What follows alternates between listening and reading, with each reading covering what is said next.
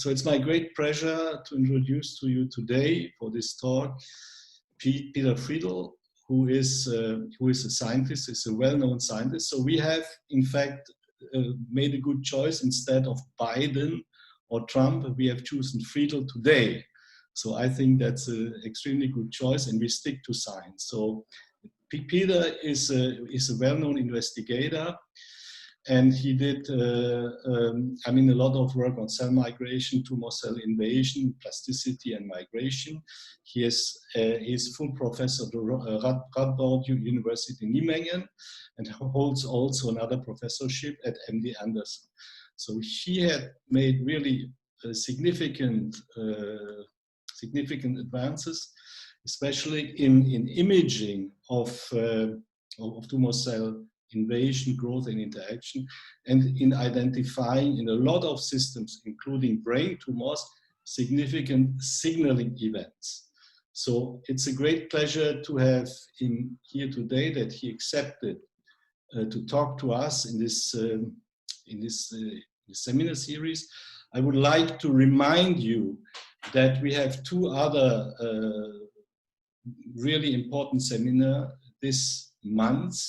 November 17 will be Bob Weinberg, and November 19, Rakesh Jain. But this will not be at 11 a.m. because they will sleep at that time. It will be at 4 p.m. and it should be also extremely interesting. So I'm very pleased to have him here today, Peter, and thanks for accepting to talk to us, and the floor is yours. Thank you, Andreas, for having me here. So I also look forward to your questions, so don't be shy. I will start with a personal encounter with a data set I never expected. When I was a graduate student back in the 90s, a PhD student, and implanted a rhabdomyosarcoma piece of tumor into collagen, I witnessed this interesting protrusion and started to record it. And what turned out to be the first movie of collective invasion in a cancer model. So here you see the individual cells, they form a sheet-like cluster that detaches, and then this cluster moves on its own as if it were a single cell. It's like a supercell, pulling the collagen at the front, detaching collectively in the rear. And then further clusters and strands were coming out of this explant. So here you see the same thing a bit accelerated. And the alignment of the collagen fibers from the front end, but not at the rear. So there's front-rear asymmetry, collective asymmetry.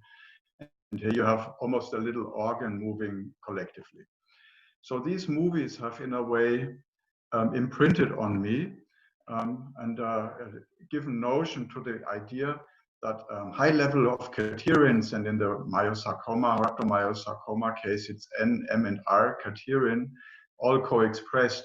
A very cohesive piece of tissue is almost migrating. And that gave rise to this cohesive concept of cohesive collective motion, which of course was very different from back then, the concept that all cancer cells should be individual as they invade and metastasize. And this is an example of a sarcoma, HDD sarcoma, a very popular model also for molecular interactions involved in motility and invasion. So this was the contrast. So a wake-up call occurred when we went to intravital microscopy using multiphoton lasers in the mouse, trying to see the same type of invasion structures or patterns. And we started with melanoma and the same HDD sarcoma. Implanted xenografts into the deep dermis of the mice, visualized through a body window by intravital microscopy of a growing tumor in the true living tissue.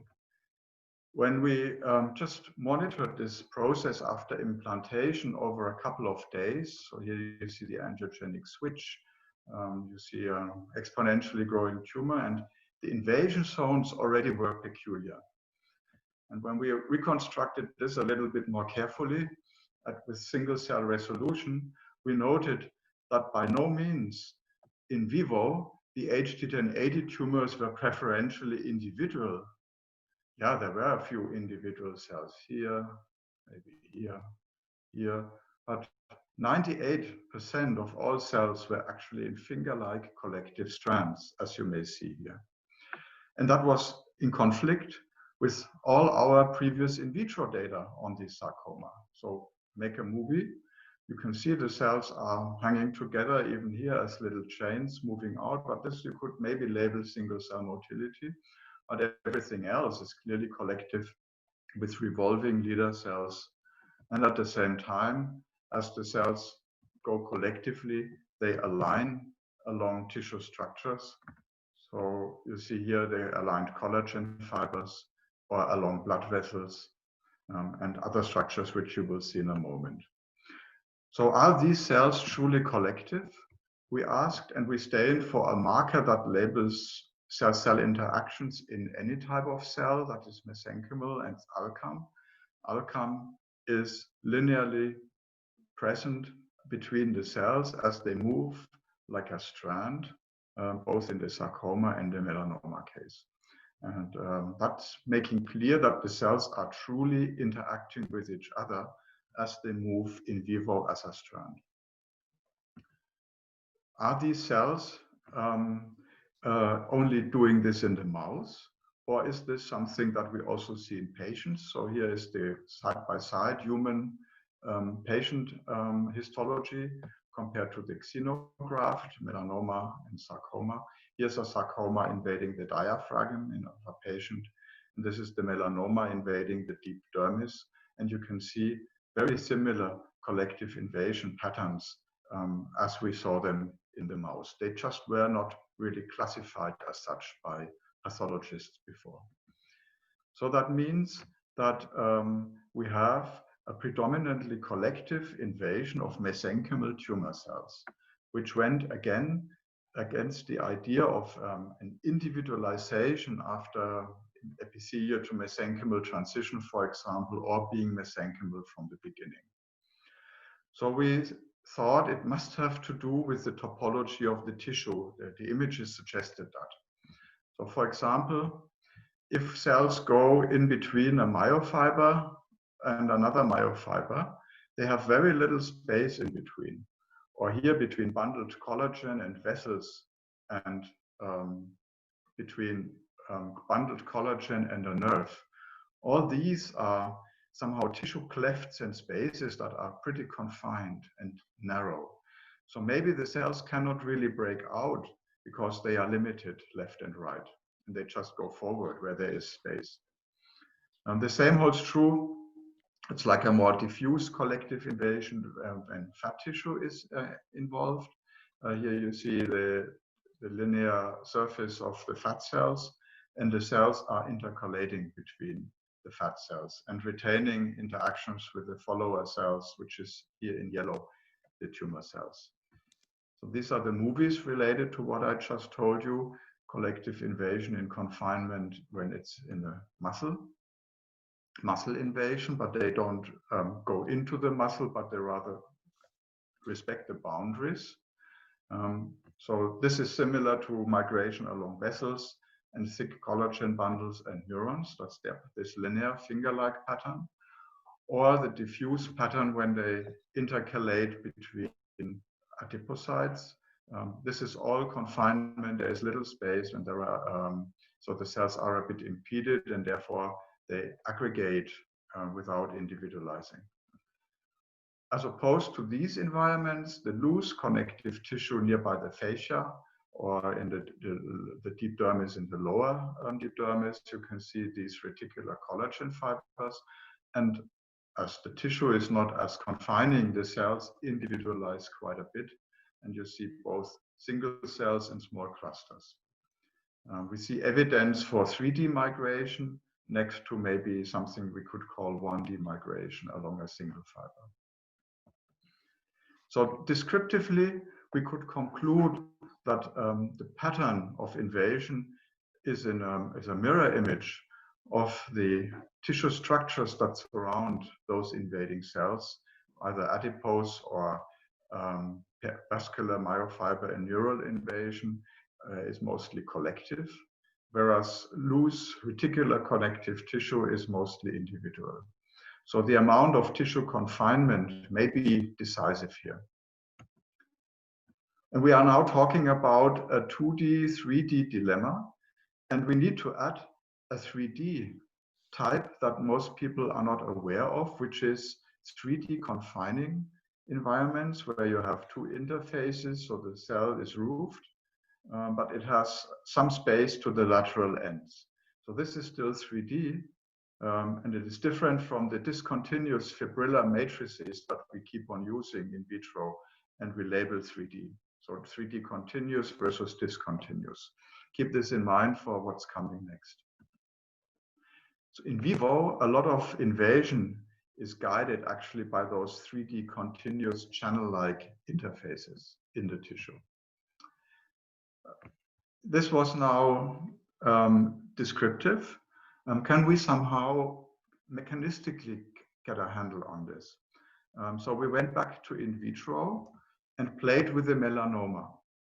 We generated a low density and a high density collagen, and we generated a high density, concentration density collagen, which we polymerized at very low temperature. So the fibers would become very thick and sturdy, but the pores would become large. So you have a certain pore cross-section that we could correlate with invasion.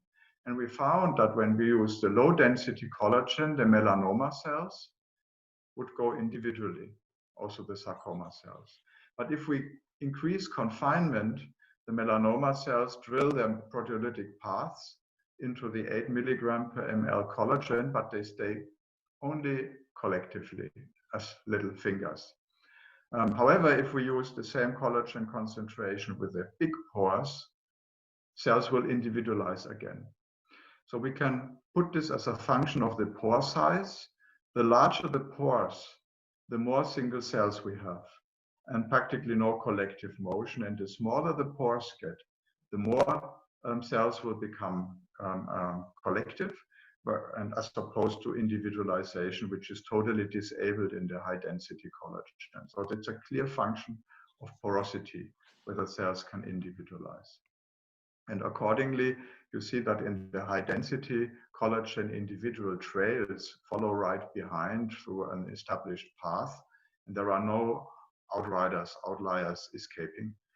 The cells retain alchemy between themselves, their cell bodies, and another indicator of collective behavior is the perpendicular mitotic activity. So the mitotic planes are orthogonal to the invasion direction, as you can see here.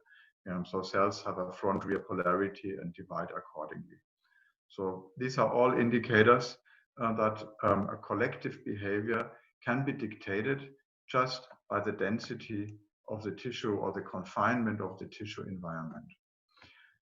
Which means that the tissue organization is an independent mechanistic denominator. The physics, the geometry dictates whether cells become mesenchymally collective or whether they can escape and go as multicellular streams or totally individualized.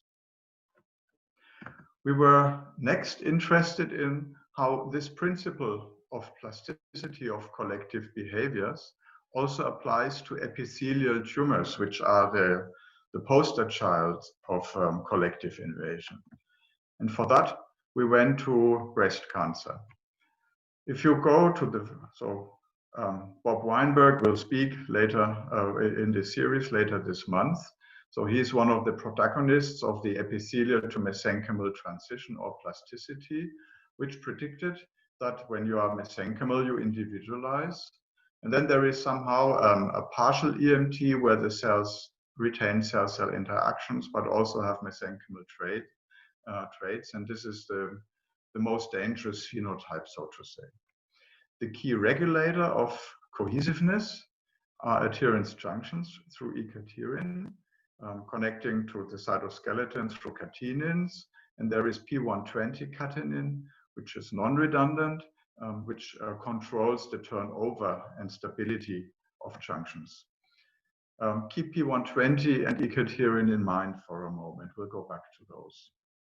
So I will now discuss with you how lowering E-cadherin impacts on the invasion behavior and how this links to 3D tissue topology. So what you just saw for mesenchymal tumors now in a molecularly defined epithelial model. And we ask whether there are different states of multicellular behaviors that we can have a different type of collective induction when we lower E-cadherin expression. We were triggered for doing this by clinical evidence. Now, if you go into patient samples, there is E-cadherin positive ductal invasive carcinoma. So the ductal breast cancer goes cohesively collective.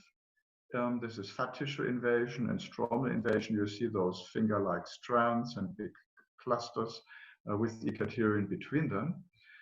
The lobular carcinomas are E-cadherin negative, and they were thought to be individual as they disseminate. But when we carefully reconstructed the tissue of lobular carcinomas, we saw them equally packed between adipocytes, we saw strands, we saw fingers. So it all looked pretty collective. So reconstructing the ductal and the lobular carcinomas, you can see here the same pattern with fluorescent reconstruction of cytokeratin. So all these are clustered lobular cancer cells. And this is the quantification. The lobular cancers have a slightly higher ability to fully individualize. So here you see a couple of single cells. But in terms of quantity, it's mostly collective as they reach the fat tissue or the desmoplastic stroma. The 3D reconstructions of ductal carcinoma, you can see those collective finger-like strands between bundled collagen. This is 3D multiphoton reconstruction of vibrotome slices ex vivo of patient samples. However, when we do the same thing for the lobular cancers and rotate and reconstruct carefully that cytokeratin, you see barely a single cell. Most cells are in little files. They are called Indian files or clusters or multicellular networks. So it's clear that the lobular carcinoma is also a collectively invading disease. Now, how can they go collectively although there is no E-cadherin? This is counterintuitive. We measured the spaces between the bundled collagen and found that the ductal carcinoma has certain width between bundled collagen in the range of maybe 1 to 30 microns, which matches a cell up to a couple of cells, like you see here, being bordered by confining collagen. In the lobular carcinoma case, it's a little bit less, the dynamic range is less. The files are a bit smaller, more confined, but overall there is still clefts in the range of 1 to 2 to 3 cell diameters that fit in. And we found that also in the tumor-free stroma, we found those clefts, which are in the range of fibroblast diameter, roughly 10 microns. So those clefts in the tissue are already there, we think, but this has to be proven formally. When we look at whether collective invasion is abundant or not and link it to outcome in a patient cohort, we find that if the collective invasion score is high, this is mostly the ductal carcinoma, then we have a lower probability for distance metastasis-free survival. So the patients have an earlier onset of metastasis. So the collective invasion is positively correlated with metastatic behavior. Now, can we use a model now and get back to the same question? How can E-cadherin negative cells become collective against prediction? And for that, we adopted a method that was initially developed by Jacob van Renen, now in Amsterdam, of the mammary imaging window. And rather than implanting individualized cells like a cell suspension, we implanted tumoroids or organoids These tumor spheres were then allowed to invade in the mammary gland. We made sure that they grow. So here we have multifocal disease because we implant a couple of spheroids. They grow, they fuse, they become pretty large. They form spontaneous metastasis in the lungs. So it's a fully functional tumor model. And when we now do intravital microscopy and we look at the entire tumor, we found quite interesting areas of single cells, a few, but mostly collective invasion, like here, here, or here. So we focused into these areas. This is in green life act, in red the nuclei, and you can see those finger-like protrusions of life act positive filaments at the leading edge. The cells are pretty packed. They are, in a way, that's a 3-hour or 2.5-hour loop. They are pretty close to each other. And we sent this movie to Giorgio Sita in Milan. They did some PIV, particle imaging velocimetry, and they found that they behave perfectly according to the rules of collective streaming or collective behavior that he identified in epithelial sheets. Now, using this model, we then went into defined modulation of E-cadherin. First in vitro, low density collagen, you saw this already, 3D collagen, then fibroblast guided invasion. Then we used microtracks that guide the cells in little preformed clefts in collagen, and an assay where the cells move below a collagen layer in between a collagen coated glass surface and the high or low density collagen 3D tissue superimposing on them.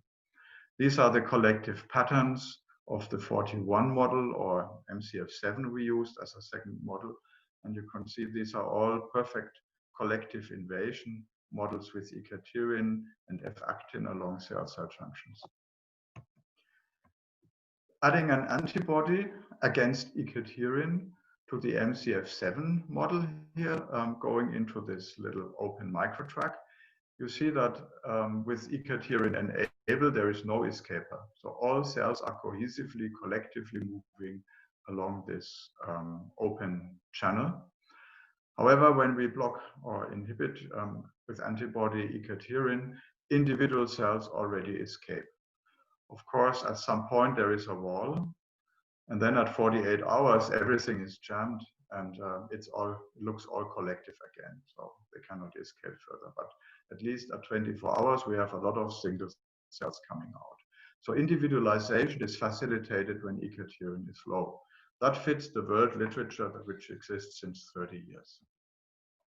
So then we went for a molecular targeted approach and downregulated E-cadherin by stable knockdown, and confronted these knockdown cells with either low density collagen, which has a high porosity, or high density collagen, which has a low porosity. So highly confined versus low confinement.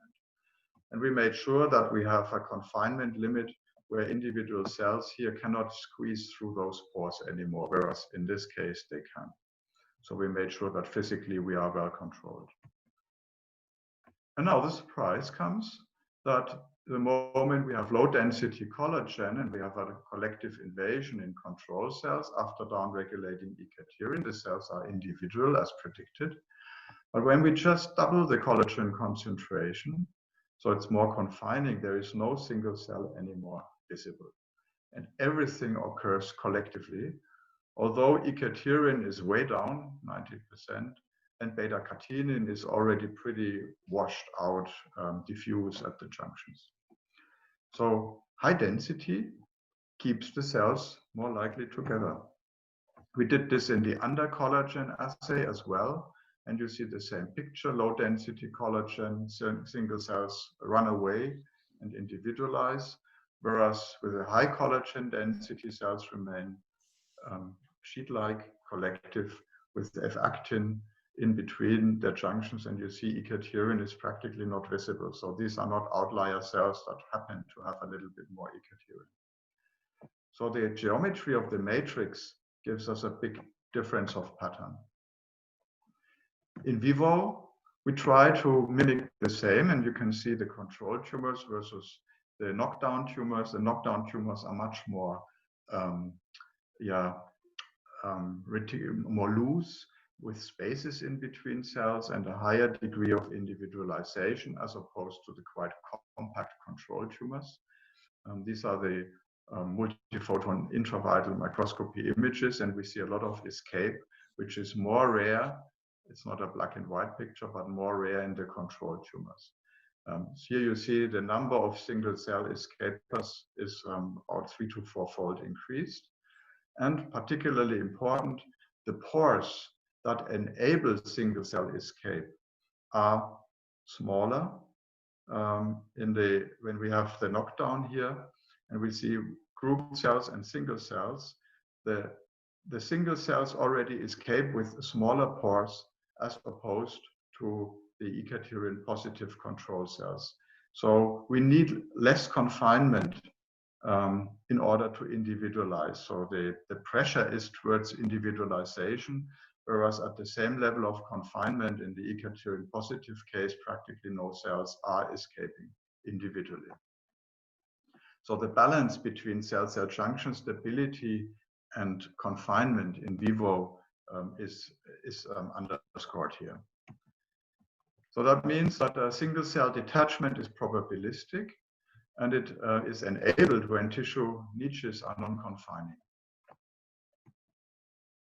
For finding whether or identifying whether just these two parameters, adherence junction stability and confinement, are decisive, so whether this is the minimal model of escape versus collective behaviors, we hooked up to Andreas Deutsch and Simon Sigger in Dresden to have in silico models built to prove or disprove what we just saw.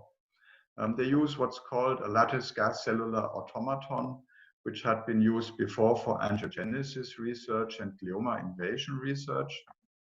They refined their model, so cells could move individually or as clusters. They have a certain adhesion between themselves and to the matrix.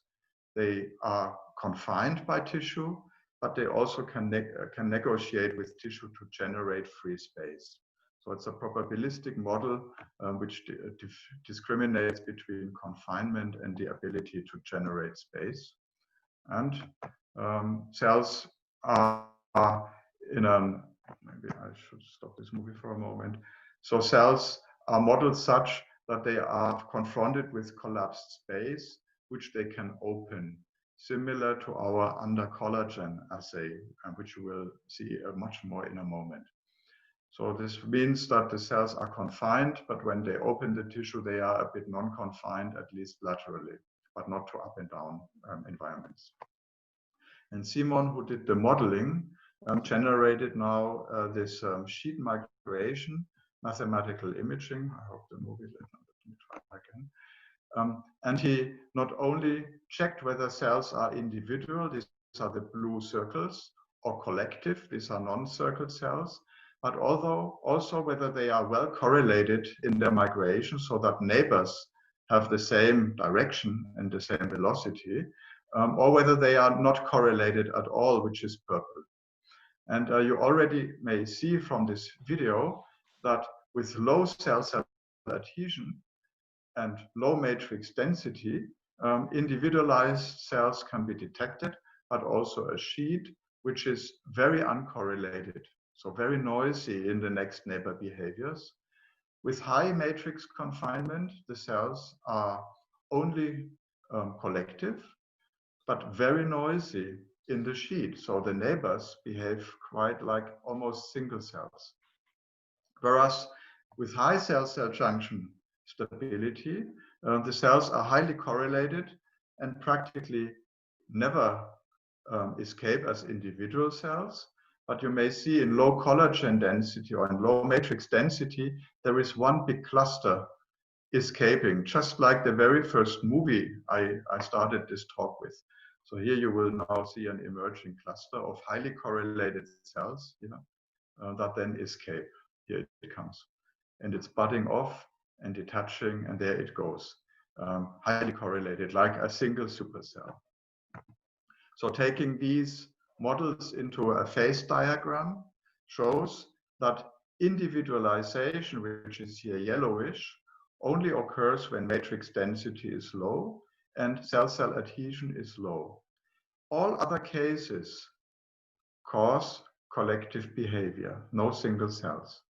And the particularly striking new phenotype, which we did not anticipate at all, is a multicellular behavior of totally uncorrelated cells that behave as if they were alone on the world, but they move still in a sheet, which is this case.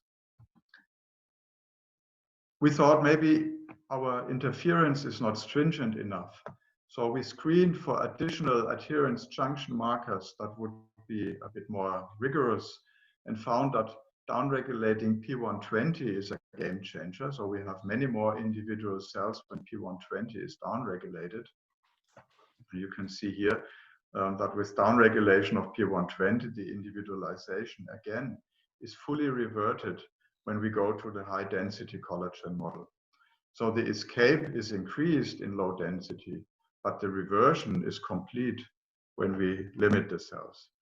So maybe downregulation of P120 is not enough, we thought. So maybe we have to knock it out. So we went into knockout of P120 by CRISPR-Cas, as you see here.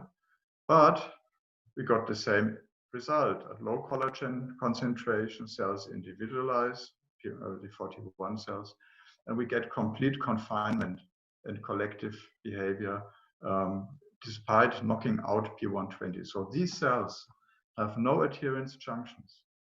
And we really don't know what their cell-cell connections are in such a situation. So it opens a new door towards alternative cell-cell interactions beyond adherence junctions. But the principle holds up, which is that confinement enables collective behavior and other cell-cell contacts may be ongoing. But the collective patterning is forced, mandated, when the tissue confinement is high. So that's the overarching principle. And the last data set I would like to share with you is now going into more precise detail on how this works. And for that, we went in collaboration with Caterina Della Porta and Stefano Sappari from Milan. They are biophysicists and they are amazing modelers, as well as another biophysicist approach with Jürgen Lippold and Jürgen Käs from University of Leipzig. So the type of data we generated were under collagen migration as a sheet. So we implant the spheroid, the collagen is on top, and the cells migrate. This is the low density collagen. And here you see the cohesive sheet-like migration, only collective with E-cadherin present. And the moment we disable E-cadherin, cells individualize and become extremely noisy in their motion. So they are not correlated anymore. So it's the classical situation that we would predict from an epithelial to mesenchymal transition point of view. So then Stefano and Caterina generated particle imaging velocimetry analysis, looking at the outer rim, the edge, the mid-zone, which is, the rim is individualized, the mid-zone is sheet-like collective, and the core is non-moving. And identified the correlation between cells in the vorticity field. So what is vorticity? Vorticity is a parameter that looks at the angle that cells have. 0 means highly correlated. The angle deviation between neighboring cells is low. So these cells here would move in the same direction together. +1 means they deviate to the left. -1 means they deviate to the right. So color means deviation. The more white we see, the less deviation is between moving cells. And you will see the movie in a moment. And they found that the moment we downregulate E-cadherin, the vorticity, so the correlation, the similarity between cells next to each other is greatly diminished. And it is diminished regardless on whether we have a low or high density collagen. So these two curves are superimposable. So this means these cells, although they are grouped or individualized, have the very same biophysical behavior. Whereas with the presence of ikaterin, the cells are highly correlated in their motion, maybe a little bit more free degrees of freedom in the low density collagen, which is here the blue box. So this may seem abstract to you, but now I show you the movie. High density collagen, this is collective, this is collective. The grouped cells move like a viscous fluid, where all nuclei of neighboring cells are very similar in their directional behavior. I'll play this again. Whereas here, the cells are grouped, but their next neighbor behavior is totally noisy. You see they jump around, they swirl around, maybe there is one jumping out, but then falling back. This is still all collective behavior, but very uncorrelated movement.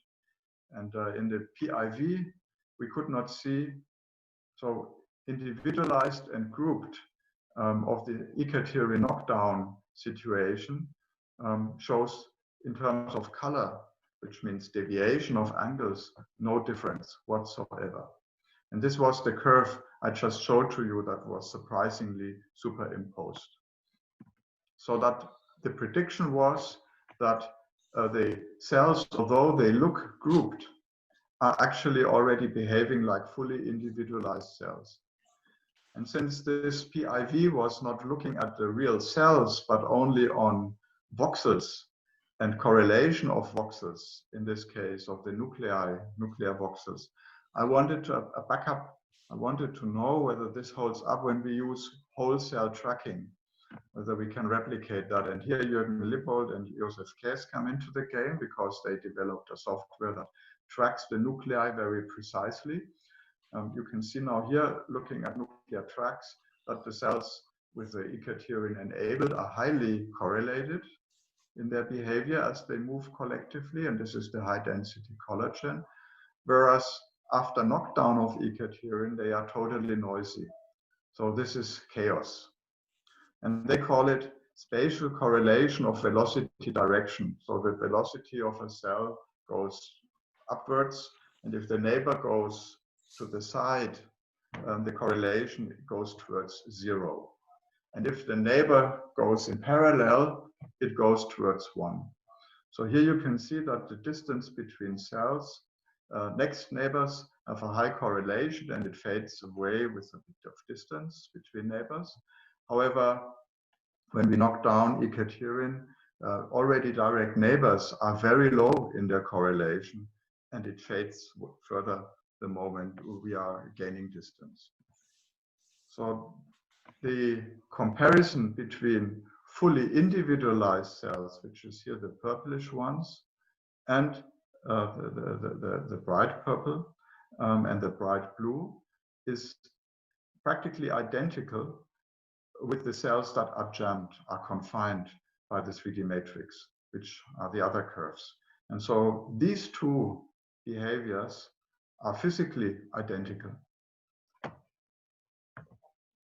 That means that although they look collective, they migrate as if they were fully individualized. This is now the in vitro analysis, and we went back to the image movies, the movies we generated by intravital microscopy in the tumors. And you can see here in green the correlated nice paths that are all aligned.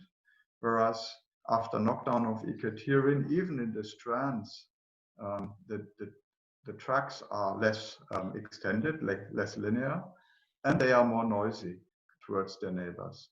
And so this is expressed as the spatial correlation of velocity direction, which is greatly dropped after knockdown of ikaterin, and also the mean square displacement, which is the directional persistence that these groups get, is greatly reduced after knockdown of ikaterin. So they have a big invasion deficit, although they, as a group, although they have a higher probability to fully individualize.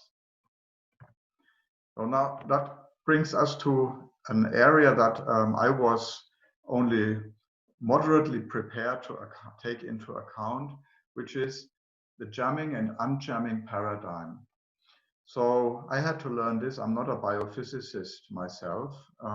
However, it is clear when cells are highly jammed, densely packed with strong cell-cell junctions, they are non-moving. And this is the status of the tumor core.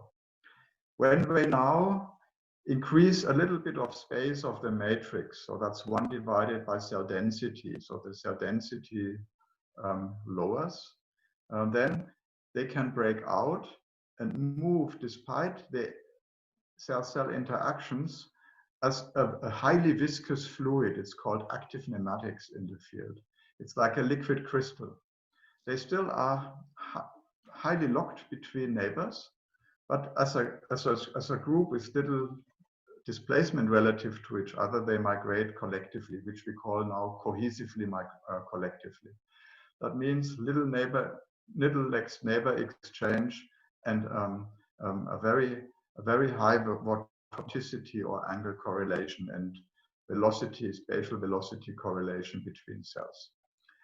If we now lower cell-cell density, cell-cell adhesion at the same cell density, the cells undergo a pretty harsh transition, and we really don't know how many transition states we have here, but we could only measure a transition towards what's called an active fluid, which means that the individual cells still are somehow linked to each other. They have a bit more gaps in between. We've seen this. I didn't show it for time reasons.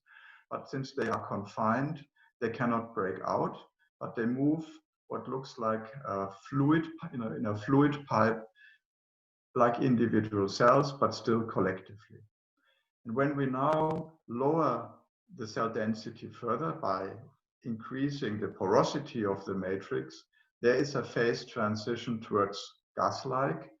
So we go from fluid to gas transition, and this gas-like behavior means that individual cells, fully individualized, go through this low reticular matrix.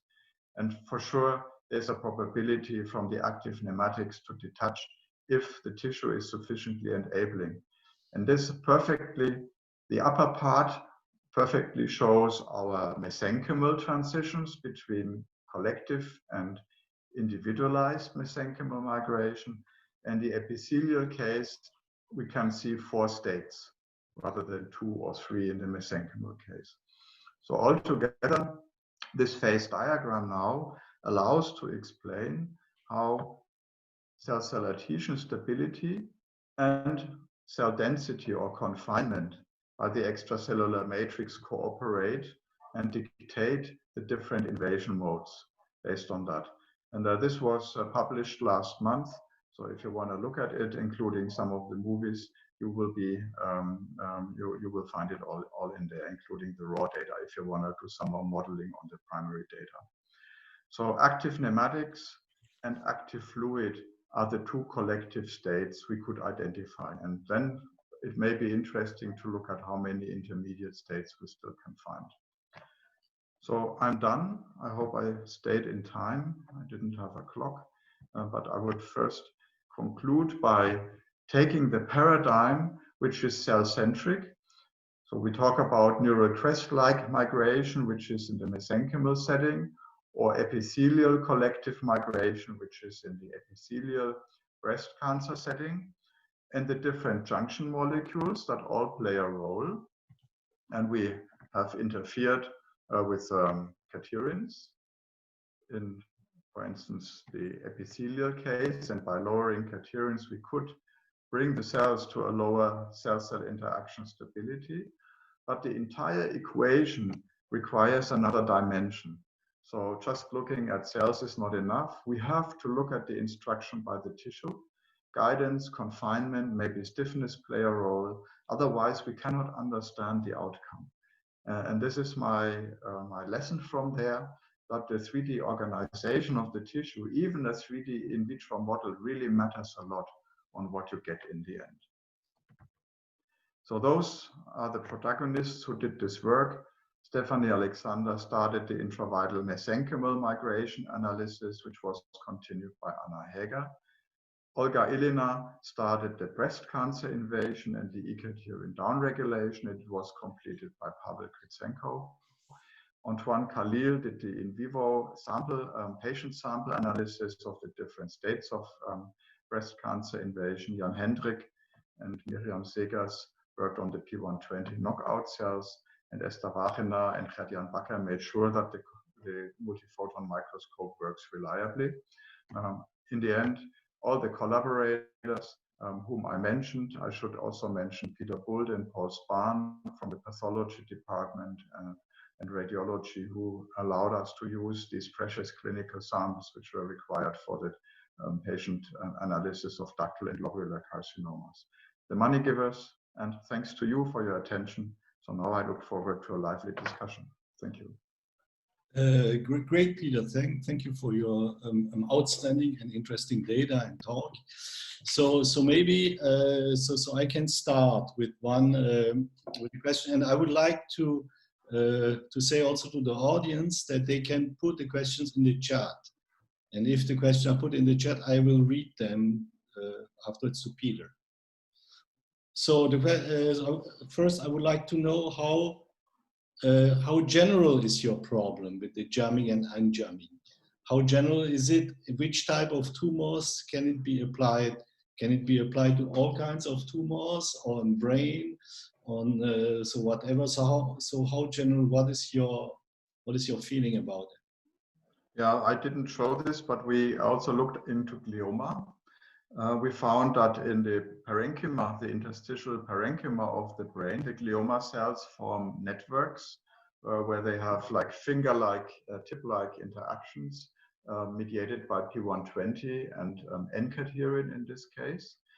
So in this case, the collective network behavior is in the network-like stroma. So again, it's a mirror image of the topology of the stroma. But the moment they happen to be perivascular, which is a 2D extraluminal surface of the vessel, and the astrocytes, they are in confined space, and then this converts to a finger-like or a tube-like collective, sheet-like collective invasion, and this is something that Gabriele Berger had already shown like 15 years ago, that then the glioma cells can convert to something quite compact, with linear P120 positive cell-cell junctions in between. We have a couple of other epithelial tumor models which all follow the same principles. And now we go from mesenchymal to epithelial to glioma. I could imagine that probably the idea we have holds up in all solid tumors. I'm not sure about hematopoietic tumors, so like lymphoma or leukemia, whether they could jam. There are loose indications that they could under certain conditions, but at least for the solid tumors, I think this is a general paradigm which has a relevance across tumor types, many tumor types. Okay, thank you. So I mean, on the brain, just to follow up that question, I mean, when you look on the brain tumor invasion, you have either tract fiber migration, you have migration on vessels, so the cooperative, and you have the interstitial, I mean, type of migration. So is there a difference in your, with regard to your theory with these three types of invasion in the brain? Well, in the brain, I can right now only see two. The moment the matrix, the pattern of the stroma is discontinuous, cells tend to individualize. But the glioma cells have, as opposed to maybe melanoma cells, a much stronger tendency to have those finger-like, dendritic-like interactions. That's why they move like a network. The moment you have a 3D confinement situation, they turn to an almost epithelial looking like collective invasion. So I think this holds up. What would be the third state you predict? I mean, there with the migration, you have either the vessel cooption, in the migration, I mean on the vessels or on the neurons, on the fiber tract. So for instance, low-grade gliomas, when you look on low-grade gliomas, they invade very... Okay. So you have bundled parallelized fibers. We have not formally looked into this area because you cannot reach it so easily with a microscope. But I remember having seen pathological pictures, and they look somehow like an intermediate between the vessel invasion and the neuropil invasion, the stroma, the reticular stroma invasion.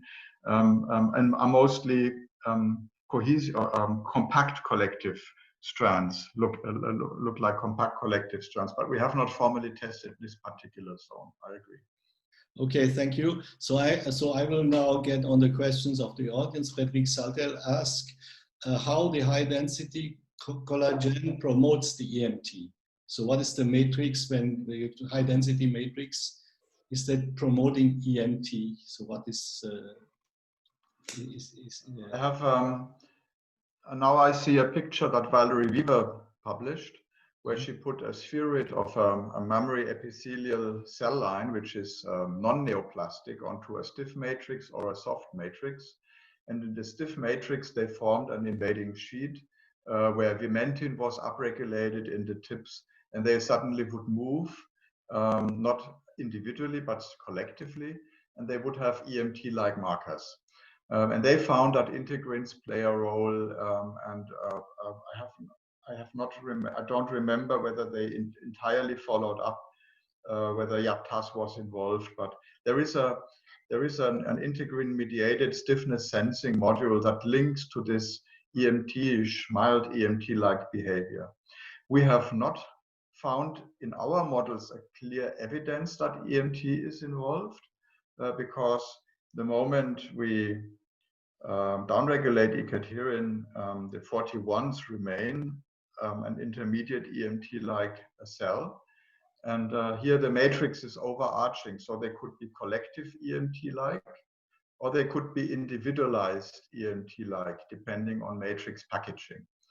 So the lesson I take from there is that EMT or partial EMT does not automatically mean cells go fully individualized, but it's perfectly compatible with a so-called loose collective behavior. And that's maybe the most comfortable way of traveling. If you're not totally hooked to your neighbor, you have some degrees of freedom, but you still go in the group. Great. Okay, thank you. Now the other question by Aksan Merched is what we are having, getting as junctions in the absence of P120. So what are these junctions? Yeah, that's the big question, and that's actually the follow-up project we try to get funding for. We think that whatever mediates a cell-cell junction with a lower level of stringency, take ALCAM, take L1CAM, so immunoglobulin superfamily members, desmogleins, desmocollins, the JAMs. So whatever is involved in cell-cell cohesiveness is potentially interesting here and could form a second layer below the classical adherence junctions. But yeah, I cannot tell you any details right now. It's work in progress. Okay, thank you. So the other questions, again from Fredrik Saltel. So tumor-free doesn't correspond to empty spaces in vivo. So this is with the tumor-free areas. And the tumor cells must still separate tissue interfaces. What is the mechanistical explanation hypothesis at this level? Yeah. Okay, so the first question is interesting because most people consider extracellular matrix as a barrier. Interstitial tissue is a barrier-like meshwork, and cells need to chop it and disintegrate it in order to migrate. Our in vivo data and emerging data, independent data from the US indicate, however, that interstitial tissue is highly ordered, and that there are predefined interfaces, which we call conduits, that form sliding interfaces between muscle and stroma, between vessels and stroma, between the nerve and stroma, so the clefts I tried to show to you. And these are preformed and typically collapsed or not really big. And so that's the second part of your question. Cells enter and they push open these little clefts. This pushing open is something that we now mimic in the under collagen assay already, and we can clearly see that there is a couple of microns lifting of the dense collagen. And we see it by 3D EM tomography in the dermis invasion in the sarcoma model. We are actively working on this new idea of a microfluidic channel system in the stroma that the cells exploit, with the difference that the space is not necessarily already open, but that the cells open it by a physical mechanism. And so that would take away the need for MMPs to chop away a matrix confinement for cells to actively migrate, which in many cases would not be fast enough for the velocities we see in vivo even. Okay, thank you. So the next question is from Jean-François Moreau. So what's the explanation of tumor cells moving into the bone, for instance, for breast cancer and so forth? So what's your yeah. idea? Okay. Yeah, I noticed myself. So we have a couple of projects on bone metastasis in my MD Anderson lab, and we noted that the literature is black. There's no literature about bone invasion. We don't know. And if I look at the big picture of the invasion literature, it's the last tissue type where we really don't know how it works. So I think your question is on target, and I have no answer whatsoever. Okay, and then here's another additional question, is in relation to the immune system. So have you chance to observe immune cells in your system? Yes, indeed. We have in the melanoma case, for example, we perform immunotherapy. So we ectopically express antigenic peptide in the B16 model and confront these tumors with T-cell receptor transgenic T-cells that recognize the antigen. And we noted that the same paths that the tumor cells use for their invasion are in a normal tissue, non-tumor tissue, the paths where the T-cells migrate along. So they move between myofibers, they move along vessels, they have 10 microns per minute velocity, so they use those conduits for their guided migration. So happens now, and this is actually at bioarchives, you can find it already if you use my name. We found that the invasion strands, the collective invasion strands that invade the dermis, are the first regions that are killed by these cytotoxic T cells, because it's like you are a gangster, a terrorist, and you use the highway where you have a high density of policemen or gendarmerie checking the highway. So all the highway associated terrorists are caught right away. And so the invasion zone is the first region to melt away by immunotherapy in our models. So that's the very short answer to your question. I could spend a whole hour on this, but please look it up. You will find a lot of detail here. Okay, thank you. Then there's another question by Frédéric Saltel. Again, we must see a lot of questions, in fact.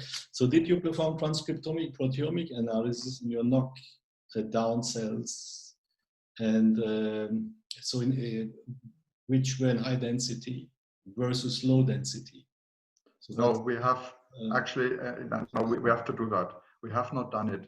We did it in the glioma case where we knocked down P120 versus control glioma cells.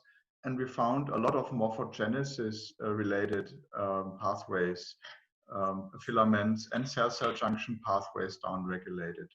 So neuronal pathfinding, actin regulation, and cell-cell interactivity depended on it. I would not be surprised if we have a similar baseline in the epithelial tumors.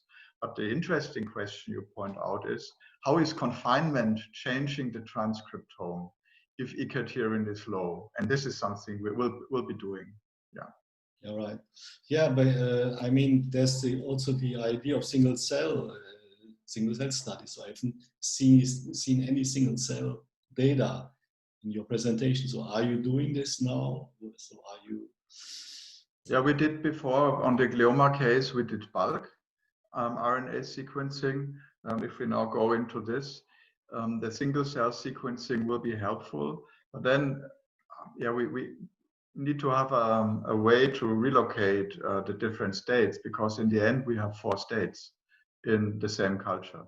So it's not totally trivial, but I think it's doable. It's doable, okay.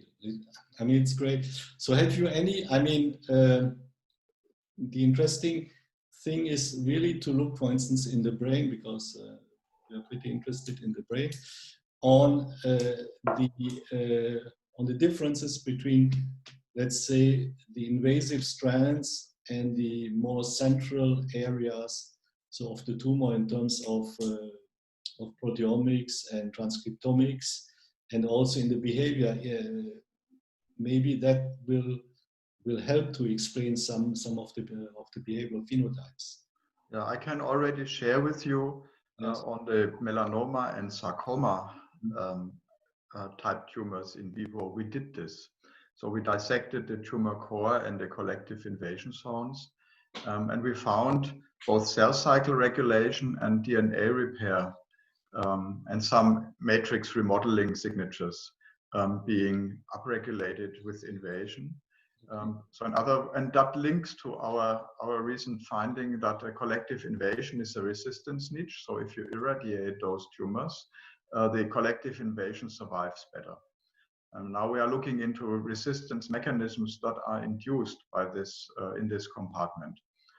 We haven't done this for the epithelial tumors yet, but yeah, we'll be doing it. Okay, and what's happened in your vitro assays when you enrich or change your matrix?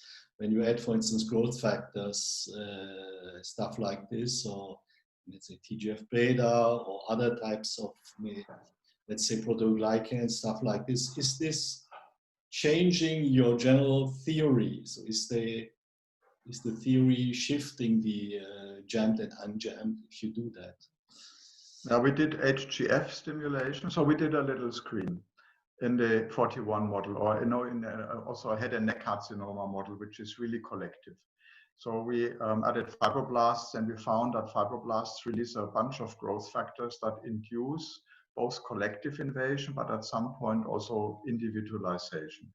So we looked into this and found HGF, among others, EGF also a little bit, a main driver of this plasticity of invasion in this particular model. However, if we increase confinement, then the cells jam again, even though HGF is there. So in that case, HGF drives collective invasion. If it's very low density tissue, then HGF drives individualization. This is what you have on 2D tissue culture plastic, and that's the published phenotype. So I find it again important to revisit data that's out there for 20 years or 25 years, to revisit it in a 3D context and put it back into the context of jamming and unjamming transitions. And what's happened when you increase protease activity? So you just turn on proteases in your system. So what's yeah, when I can give you so we didn't turn on protease. Yeah, we did it in the MCF7 case. So the MCF7 cells are low proteolytic, and if you have high density collagen, it's also in the Nature Cell Biology paper, when they are non-proteolytic, they cannot go into the dense collagen, but only into the low density collagen. If you add fibroblasts, then they can also go into the high density collagen, because the fibroblasts take over the proteolytic task. Mm-hmm. If we ectopically express MMP14, MT1 MMP, now suddenly the MCF7 cells also can collectively invade in high density collagen, and this is totally collective. So it means that the moment they are enabling MMP14, they have a gain of function of collective invasion in high density collagen. So yeah, in that case, then MMPs are indispensable to generate the paths. Okay, that's okay, great. Okay, so if there are no other questions, I do not see any other questions. We will close the session. So I'd like to thank Peter for being here with us and giving this really outstanding talk. And so maybe see you in the future, and maybe in Bordeaux back, because several years ago you have been in Bordeaux, and it would be nice to have you back here. Okay. It'll be my pleasure. So thank you for having me, and enjoy the rest of the day. Okay, thank you very much. You too.